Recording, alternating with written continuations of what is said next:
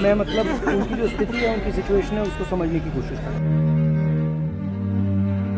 तो सर हम जब मेडिकल पहुंचे तो मेडिकल पहुंचने के बाद हमने देखा तो सर हमारी माँ जो है डेथ हो गई थी। नमस्कार, टाइम्स 18 देख रहे हैं आप और आपके साथ मैं हूं शकीना मलिक। यूं तो पूरे देश भर में बहुत सारे मुद्दे हैं जिन पर सोचा आप लोगों से बात कर ले, लेकिन सबसे अहम मुद्दा जो निकलकर सामने आ रहा है वो हाथरस का मामला है।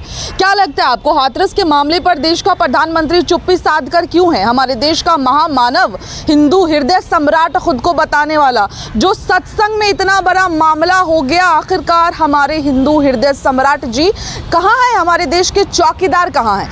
आपके स्क्रीन पर कुछ फोटोज आ रहे होंगे, देखिए इस फोटोज में किस तरीके से ये छोटी बच्ची राहुल गांधी से लिपट कर रो रही है।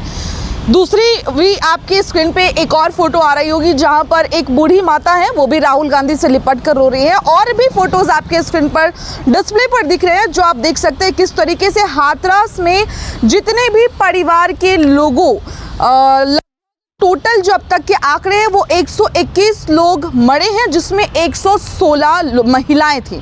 देखिए, महिला जो होती हैं वो हमारे घर का पिलर होती है, बहुत अहम हिस्सा होती हैं। एक महिला के नहीं होने से क्या कुछ हो सकता है। इस तस्वीर में जिस तरीके से आप इस छोटी बच्ची को बिलखते रोते हुए देख रहे हैं, देखिए उसके सर से हमेशा के लिए माँ का हाथ हट गया है। और माँ का नहीं होना बहुत दुखद मामला है। जिनकी माँ नहीं है, या फिर अगर माँ कुछ देर के लिए घर से हट जाए तो भी घर खाली लगता है, और यहाँ तो हमेशा के लिए माँ का साया ही सर से हट गया, एक ढोंगी पाखंडी बाबा की वजह से। क्या लगता है इस तरह की सत्संग में? एक और तस्वीर आपको दिखाती हूँ जहाँ पर योगी आदित्यनाथ भी हॉस्पिटल में परिजनों से मुलाकात करने गए हैं। इस तस्वीर में देखने वाली बात, जो दिलचस्प बात जो मुझे लगी कि आप देखिए यहाँ पर जो पेशेंट जो लेटी हुई है उसके पीछे फलों की टोकरी रखी हुई है। आपको क्या लगता है, अस्पतालों में ये सारी सुविधाएं मौजूद होती है या फिर सिर्फ योगी आदित्यनाथ के आने से ये सारी चीज़ यहाँ पर मुहैया करा दिया गया है? वैसे कुछ और भी पहले के भी मामले थे। योगी आदित्यनाथ एक आपको बता दें कि हमारे देश के जो जवान शहीद हो गए थे, उनके घर पर जब वो मुलाकात करने जाते हैं तो उनके घर में एसी लग जाती है, कालीन बिछ जाता है और उनके जाते ही सारी चीज़ें निकाल कर ले जाया जाता है। 6:30 बजे के लगभग में आए थे वो, और एसी लगाए थे एक रूम के अंदर, और सोफा सेट लगाए थे, कुर्सी वगैरह लगाए थे, और नीचे दरी बिछाए थे, और जनरेटर वगैरह आया था। इसके अलावा नहीं कुछ आया था। कब लेकर चले गए? अब जो भी लेकर चले गए, जिस समय मुख्यमंत्री जी वापस चले गए उसके तुरंत 10-15 मिनट आधा घंटे के बाद वो सारे सामान लेकर के चले गए। ऐसा नहीं लगता कि शहीद का कहीं अपमान हो रहा है, तुरंत ले जा रहे हैं? जी, अपमान की बात है, इसलिए कि वो लोग तुरंत ही लेकर के चले गए। खैर, ये अलग मामला है, इस मौजे पर भी हम आपसे बात करेंगे, लेकिन फिलहाल हाथरस का मामला ज़्यादा ज़रूरी है, तो सोचा इस मुद्दे पर आपसे बात करना, आपकी राय लेना हमारे लिए बेहद ज़रूरी है। खैर, इन सभी मुद्दों पर जो यहाँ पर योगी आदित्यनाथ ने एक बड़ा खुलासा किया। उन्होंने कहा है कि आखिरकार उस बाबा की तस्वीर जिसके साथ वायरल हो रही है, कहीं ना कहीं वो इन सभी चीज़ों में है। जैसे अखिलेश यादव को डायरेक्ट उन्होंने टारगेट किया है, जी हाँ, अखिलेश यादव को लेकर, और उसके बाद बीजेपी आईटी से लगातार अखिलेश यादव संग उस बाबा की तस्वीरों को रोटेट करना स्टार्ट कर दिया उन लोगों ने। पर मेरा सवाल अभी भी योगी आदित्यनाथ जी से सिर्फ ये है कि अगर आपको लगता है कि इन सारे मामले में अखिलेश यादव जिम्मेदार हैं तो आप इस्तीफा दे दें, आप छोड़ दें इन सारे मैटर को, क्योंकि आपने जो परमिट दिया था, आपने 80,000 लोगों का परमिट दिया था वहाँ पर, और वहाँ पर लोग जो शामिल हुए उस सत्संग में कुल 2.5 लाख लोग थे, और ऐसे में आपने पुलिसकर्मियों कितना वहाँ पे तैनात किया था? मात्र 40। सीरियसली, अगर 80,000 का भी आपने परमिट दिया था, 40 सिर्फ मात्र वहाँ पे पुलिसकर्मी थे, तो यहाँ पर गलती प्रशासन की है, और प्रशासन अगर गलत है तो योगी आदित्यनाथ जी ये गलती आपकी होती है। लेकिन अगर आप बोलते हैं कि अखिलेश यादव की गलती है तो आप इस्तीफा दे दें, फिर हम यही माइक लेके अखिलेश यादव जी से पूछ लेंगे। देखिए, एक और वीडियो आप देखिए, आपको अभी मैं एक वीडियो दिखाती हूँ जहाँ पर कॉम्पनसेशन को लेकर राहुल गांधी ने क्या कुछ कहा। उन्होंने गरीब परिवारों से मुलाकात की। गरीब परिवारों को राहुल गांधी से बेहद उम्मीद है। गरीब परिवार भी राहुल गांधी को देखकर बेहद रोने लगा, बिलखने लगा। जितने भी परिवार के लोग, जो लोग भी इस हाथरस कांड में जो लोग मर गए, जो लोग घायल हो गए, उन सभी लोगों को राहुल गांधी से बड़ी उम्मीद है। और राहुल गांधी भी इस वीडियो में क्या कुछ कह रहे हैं, एक बार सुनिए। दुख की बात है, बहुत परिवारों को नुकसान हुआ है, काफी लोगों की मृत्यु हुई है, तो दुख की बात है। मैं इसको राजनीतिक प्रिज्म से नहीं कहना चाहता हूँ, मगर प्रशासन की कमी तो है जी, और गलतियां तो हुई, तो ये पता लगाना चाहिए। और शायद सबसे जरूरी बात कि कॉम्पनसेशन सही मिलना चाहिए, क्योंकि ये गरीब परिवार हैं और मुश्किल का समय है इनके लिए, तो कॉम्पनसेशन ज्यादा से ज्यादा। और मैं यूपी के चीफ मिनिस्टर से विनती करता हूं कि दिल खोल के कॉम्पनसेशन करें। राहुल जी, आपने बड़ी बात मुआवजे की कही है, 2 लाख की बात उन्होंने कही है, तो मुआवजा निश्चित तौर पे ज्यादा उनको मिलना चाहिए, क्योंकि बहुत गरीब लोग हैं। मिलना चाहिए, गरीब लोग हैं, इस समय इनको जरूरत है। अब आपने 6 महीने बाद दिया, 1 साल बाद दिया, डिले किया, उससे किसी का फायदा नहीं। सवाल ये था कि मुआवजे की रकम जल्दी से जल्दी देना चाहिए, और जितना दिया जा सकता है दिल खोल कर देना चाहिए। परिवार वालों से मेरी पर्सनल बात हुई जी, उनके परिवार के बारे में जी, उनके बच्चों के बारे में, माता के बारे में, वो कैसे थे, क्या करते थे, तो वैसी बात हुई। उन्होंने कहा कि प्रशासन की कमी है, उन्होंने कहा कि जो अरेंजमेंट वहां पुलिस का होना चाहिए था वो नहीं था, ठीक है। बट बहुत दुख में है, शॉक में है, तो ऐसी सिचुएशन में मैं मतलब उनकी जो स्थिति है, उनकी सिचुएशन है, उसको समझने की कोशिश करता हूँ। सर आप भी आए, आपका बहुत बहुत धन्यवाद है, लेकिन और कोई नहीं आया है। बीजेपी वालों में से कोई हमारे यहाँ आश्वासन देने नहीं आया।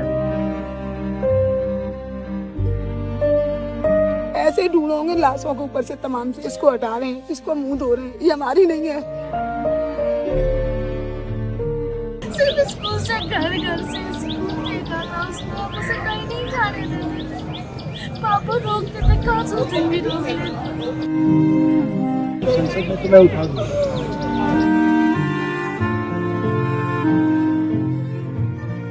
मैं इसको तो आपने सुना इस वीडियो में राहुल गांधी क्या कुछ कह रहे हैं। उनका साफ तौर पर योगी आदित्यनाथ से रिक्वेस्ट है, वो रिक्वेस्ट करते हुए नजर आ रहे हैं, क्योंकि कॉम्पनसेशन की जहां तक बात है, राहुल गांधी का ये कहना है कि इसको राजनीतिक एंगल ना दिया जाए।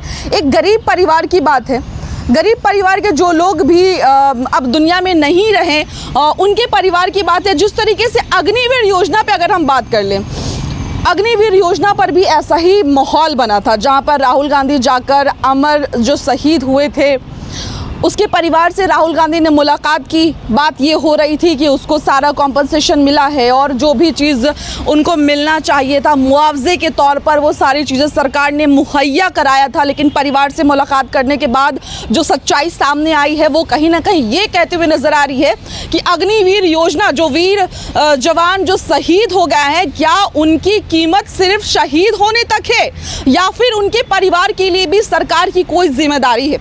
जो एक गलत अफवाह फैलाया गया कि सरकार ने उन्हें मुहैया किया, मुआवजे दिए, लेकिन ये सारी चीज़ें गलत हुई। और जब इंडिया टीवी के वहाँ पे पत्रकार ने गलत जाकर न्यूज़ दिखाया और दोबारा जब वहाँ पर गए, तो आप देखिए इस तस्वीर में किस तरीके से परिवार ने उनको घेरा। नहीं भेजा ना, तो फिर इन्होंने राहुल गांधी क्यों भेजूगा कैमरे वालों को? या थोनू ने किसने भेजा? सारे आप आए ने, किसने नहीं भेजा? ए इंडिया टीवी दा दोगला रिपोर्टर देख लो। ये बहन है अग्निवीर शहीद अजय सिंह जी, ये माता जी हैं अग्निवीर शहीद अजय सिंह जी।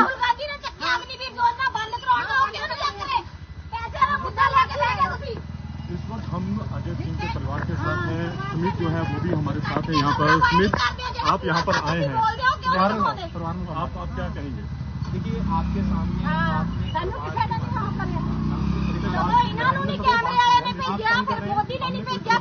राहुल गांधी की क्यों भेजूगा?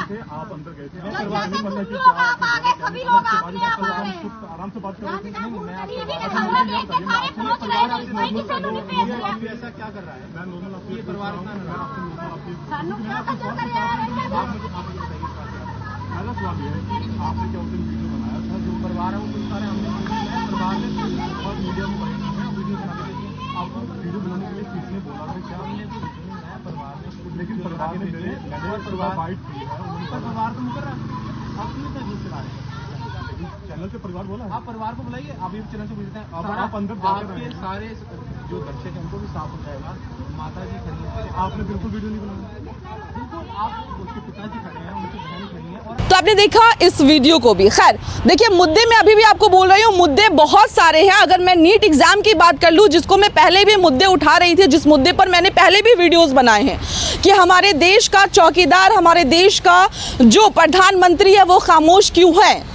यानी चुनाव से 3 महीने पहले तक परीक्षा पर चर्चा कर रहे थे हमारे देश के प्रधानमंत्री, बच्चों का स्ट्रेस रिलीज कर रहे थे, लेकिन जब नीट स्कैम 2024 वाले मामले सामने आ गए तो उसके बाद हमारे देश का प्रधानमंत्री उस मुद्दे पर बात तक करना जरूरी नहीं समझता।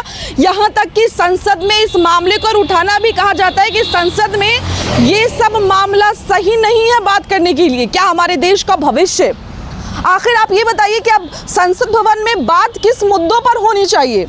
अगर नीट पर बात नहीं होगी, हाथरस पर बात नहीं होगी, और भी बहुत सारे मुद्दे, आतंकी हमले पर बात नहीं होगी, मणिपुर मामले पर बात नहीं होगी। देखिए, विपक्ष लगातार मणिपुर मामला को उठा रहा था, जिसको संसद भवन की टीवी ने कैप्चर ही नहीं किया कि आखिरकार मणिपुर मामले पर कौन विपक्षी बार बार नारेबाजी कर रहे हैं।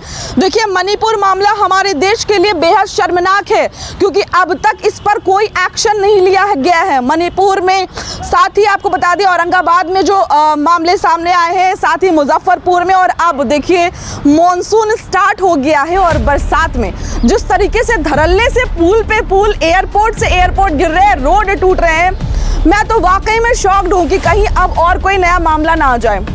देखिए, जिस तरीके से बिहार में अब तक 12 पुल गिर चुके हैं, वही 3 एयरपोर्ट की छत गिर चुकी है, राम मंदिर की छतों से भी पानी टपक रहा है और रोड भी टूट गए हैं।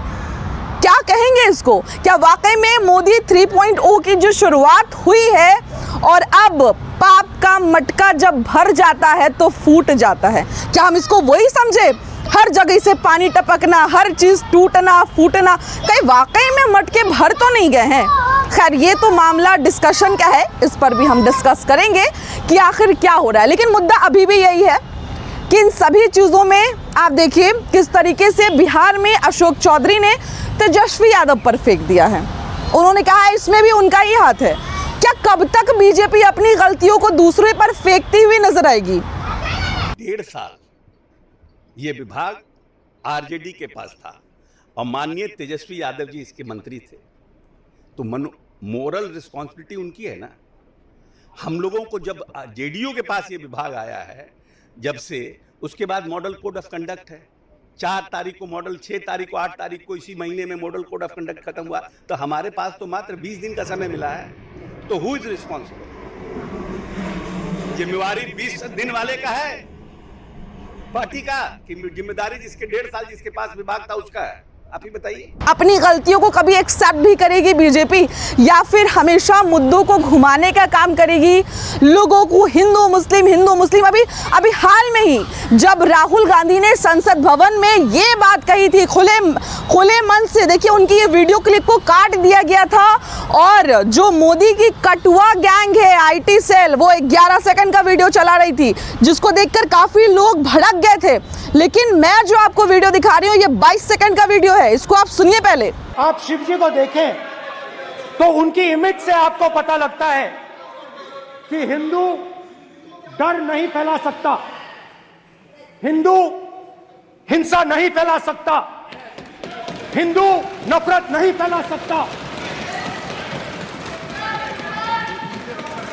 और बीजेपी 24 घंटा नफरत, हिंसा, नफरत, हिंसा, नफरत, हिंसा। राहुल गांधी ने कहा कि मोदी जी पूरा हिंदू समाज नहीं है, बीजेपी पूरा हिंदू समाज नहीं है, आरएसएस पूरा हिंदू समाज नहीं है। वो लोग भी इस तरह से दंगाई करते हैं, वो हिंदू नहीं है। देखिए, अगर समझने वाली बात है, अगर आप समझते हैं तो आप समझ पाएंगे कि इन सभी मुद्दों में उन्होंने हिंदू समाज को टारगेट नहीं किया। जिस तरीके से देश में दंगे हो रहे, इसके बाद गुजरात में कांग्रेस कार्यालय पे पत्थरबाजी भी हुई और जिसमें 5 कार्यकर्ताओं को पुलिस ने अरेस्ट भी कर लिया है, जिसको लेकर आज राहुल गांधी गुजरात पहुंचे, वहां पर उन्होंने कांग्रेस दफ्तर गए, उन्होंने अपने 5 कार्यकर्ता से जो जिनको पुलिस ने अरेस्ट कर लिया था उनसे मुलाकात की। खैर उस पर क्या होगी वो भी हम आपको अपडेट्स देते रहेंगे। इन सभी मुद्दों पर हमारा ये मुद्दा था कि हाथरस कांड पर अब तक प्रधानमंत्री नरेंद्र मोदी क्यों चुप है। हिंदू हृदय सम्राट खुद को बोलने वाले प्रधानमंत्री नरेंद्र मोदी अब तक चुप्पी साध कर बैठे हुए हैं। क्या वो कब बोलेंगे? आखिर मणिपुर की बेटी के साथ कुछ हो जाए, हाथरस में इतने लोग मर गए, सारे मामले बस दबा दिए जाएंगे और मोदी जी कुछ नहीं बोलेंगे। खैर आपको क्या लगता है इन सभी मुद्दों पर? आप अपनी राय हमें कमेंट बॉक्स में ज़रूर बताएं और साथ ही अगर आपने अभी तक हमारे चैनल को सब्सक्राइब नहीं किया है तो अभी सब्सक्राइब करें। धन्यवाद।